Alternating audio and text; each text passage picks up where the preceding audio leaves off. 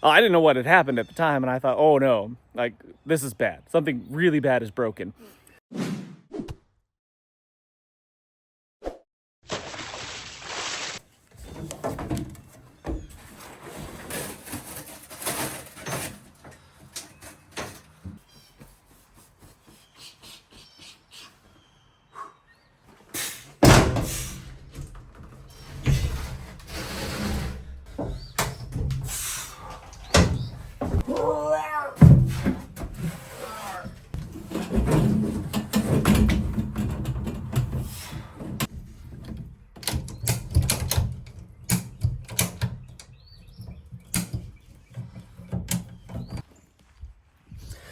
Friends, welcome back. My name is Jason, but you probably already know that.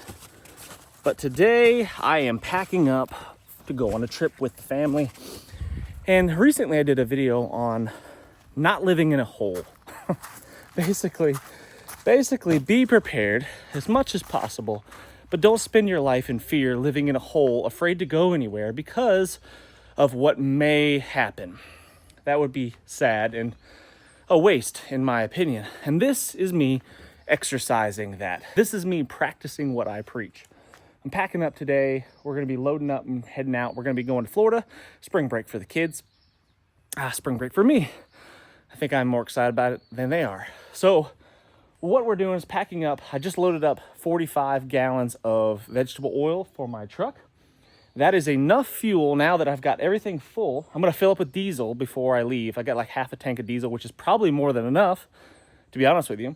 But just in case, I'm gonna top off with diesel fuel at the gas station on my way out of town. But with that right there, I can drive all the way to Florida and all the way back without having to stop for fuel. I do not have to fill up. I'll have to fill up with out of those 15-gallon pickle barrels that are in the back, of course, but I won't have to stop at a gas station, which is pretty cool. Now I'm going to use a cheap cordless drill to pump that fuel from those pickle barrels into my tank, my fuel tank. So I'm just going to make sure I've got batteries charged up. I've got ways to charge these on the road as well, using the truck's battery, but it's better just to have them all juiced up before we go. There's my drill. Throw the spare battery in there. I've also got a fan for camping out in the back that should be hot, which is really nice. We've got a battery charger here, so I can plug that into the cigarette lighter into the truck. And then there's the drill to pump the fuel into the actual fuel tank of the truck. And we've also got a tire pump in here as well, somewhere. I think I should probably check that. Yep. Got a cheap Ryobi tire pump, which works quite well. All the tools and supplies and stuff that I think I need. I am gonna throw a gallon of antifreeze in there, just in case.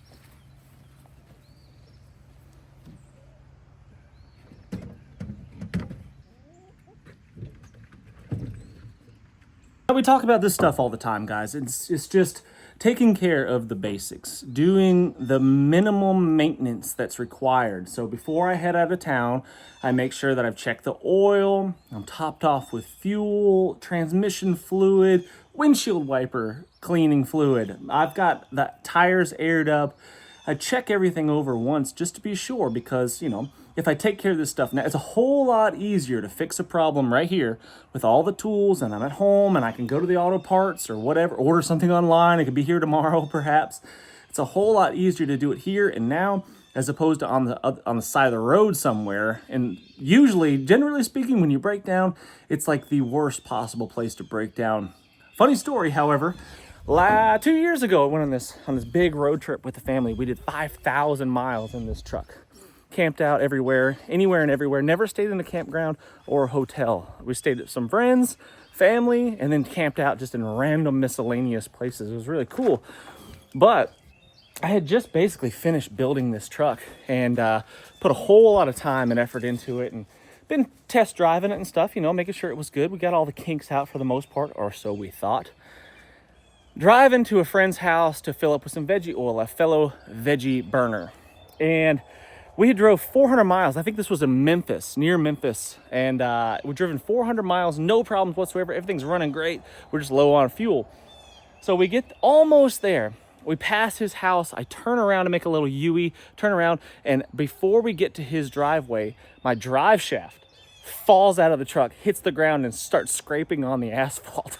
Like this super loud noise. And I thought, oh, I didn't know what had happened at the time. And I thought, oh no, like this is bad. Something really bad is broken. So I stop, I pull off onto the side of the road, I look under the truck, and I see the drive shaft just dragging on the ground, literally. But we luckily, amazingly, fortunately, by the grace of God only, we had broken down right in front of a friend's house, literally in his yard. We were in his yard. I was able to, zip tie, wire the drive shaft up a little bit, and then put it in four-wheel drive and use just the front wheel drive to get it up into his driveway. And then we were able to make he had all the tools that we needed. I was able to get the auto parts was like 5 minutes away. We were able to fix everything and be back on the road in a jiffy. Within, I think, 3 hours, we had that repaired, filled our fuel back up, and then we were on the road again. And it was pretty amazing, but crazy. 400 miles, no issues whatsoever. Broke down right in the perfect place to break down.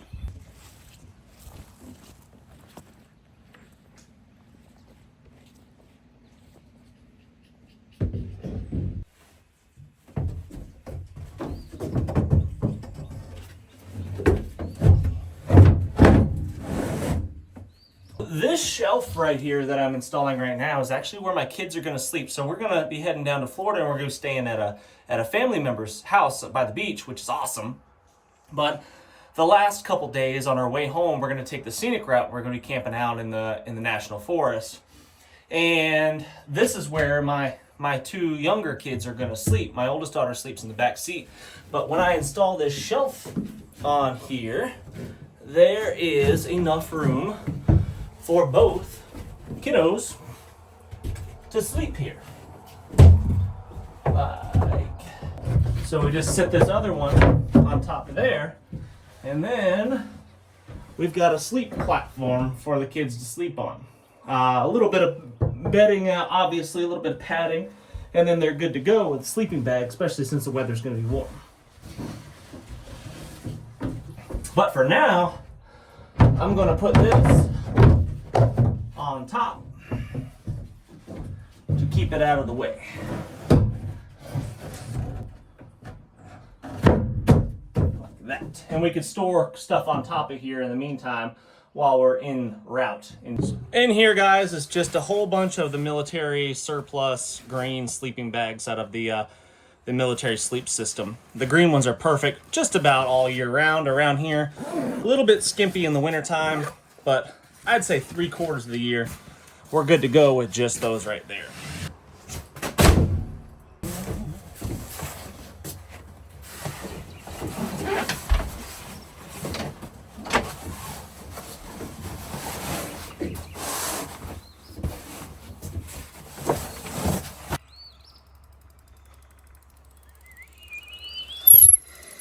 So my wife's going to be riding this hot rod right here. She's still got knee issues. She had a complete knee blowout, blown up ACL, meniscus, and knee reconstruction and stuff like that. It's been a little over a year.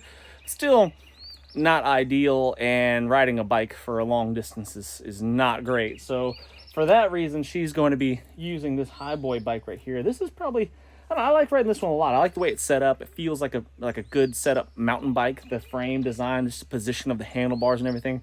I like riding this bike. And it's been pretty good, been pretty reliable so far. The only complaint I have about this one is the brakes. The brakes suck, they're squeaky. I don't know, probably just the pads, but that's just me. Anyway, so I'm going to be loading this up, and the rest of us are going to be riding in style without electric power. I'll show you what I'm going to ride.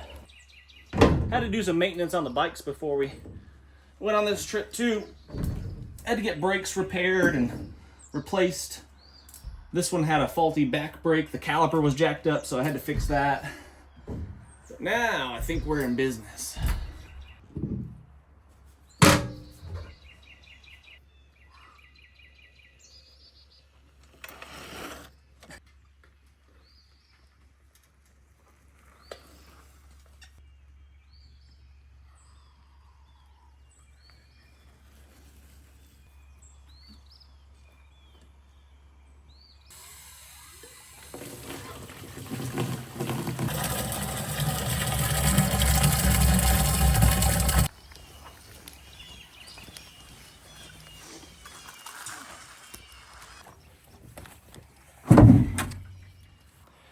5 gallons of water should do it. Sometimes I bring the other jerry can of water at 10 gallons, but I don't think it's going to be that necessary. It's not like I'm going to be carrying that much water on foot or anything, even if I needed it. 5 gallons should probably do the job since we're only going to be camping out for a couple nights. Unfortunately, my friend Maggie cannot come. It's very sad. Very sad. She knows we're leaving. She's waiting by the truck. Gonna use a camp stove this time. Got some fuel there, extra sleeping bags and whatnot, tarps and ponchos and mountain house meals in here if we should choose to eat those. Should be good to go. Got all our bedding. Spare tubes. This one will fit just about all our bikes. Yes, I know it's not the same size as like my daughter's little bike, but to be honest with you, it really doesn't matter that much. We have put a car inner tube inside of a motorcycle. so don't tell me that it won't work. It will work as long as you can cram it in there and get the tire to kind of the bead to seal around it and inflate it. The inner tube will work. Trust me, I've done it. But this one is for the big electric bike, and this one will fit this was for my bike, but it'll fit my daughter's bike, both my daughter's bikes, and my son's bike as well. Because, you know, nobody likes a flat tire. And like we've discussed before, a bicycle is an excellent alternative form of transportation. So like, for example, worst case scenario, we get the furthest from home. The EMP strikes. The zombie pirates are upon us, and now we've got to get home in an alternative way besides my truck. Because as old as my truck is, 1999 to 2001, depending on which part you're talking about, if an EMP happened, it's very likely that the electronics, the minimal electronics in my truck might fail. So, with that said, having a reliable bicycle, I think, is going to be a game changer, although that would really, really suck, and we may not make it. It's a whole lot better than walking.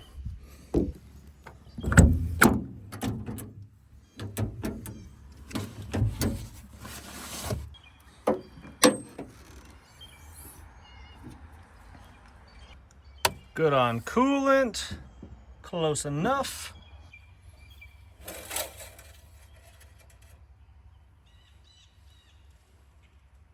Plenty of oil.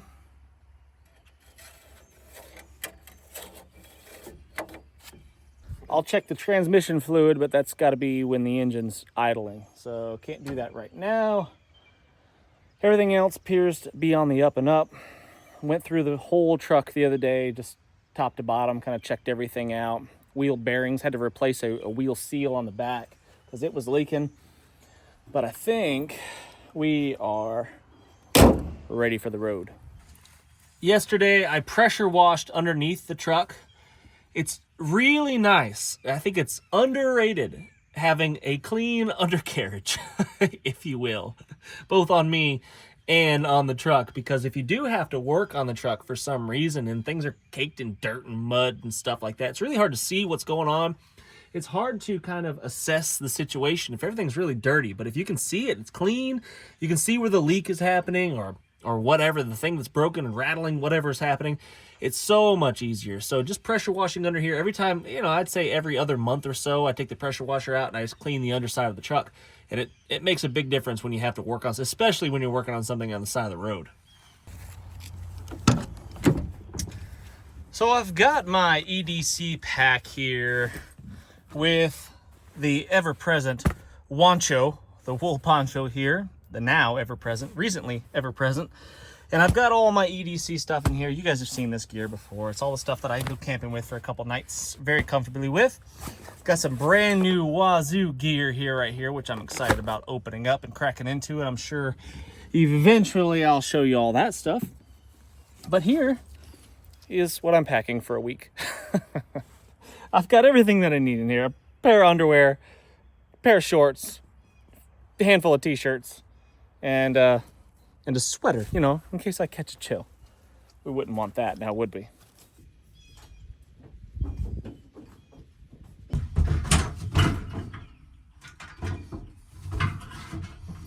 Tetris these things in here. I never liked the game Tetris. Wasn't a big fan of that game.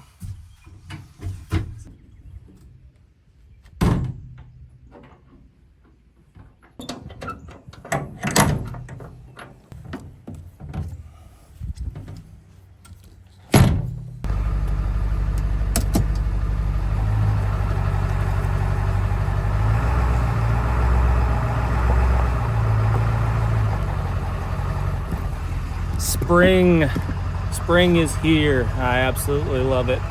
Favorite time of year. It's really warm today. Feels super warm. Feels like 80 degrees. I don't think it's quite that warm, but sure does feel like it. And now, everybody else's stuff.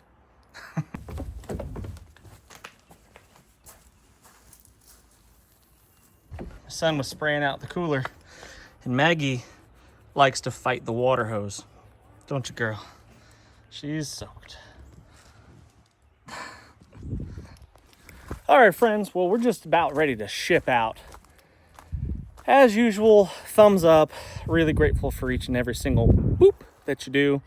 Subscribe if you haven't done so already so you don't miss out on any future content. I'm putting out videos all the time, and it's awesome, good stuff, obviously. We're heading out. Thanks so much for watching. I really, really do appreciate it. We're doing Patreon memberships now, so if that's something you might be interested in, behind-the-scenes content and live chats and all that kind of good stuff, make sure you check out the link that's in the description and in the comments section. And until next time, friends, what's the worst that could happen? Let's go on 3.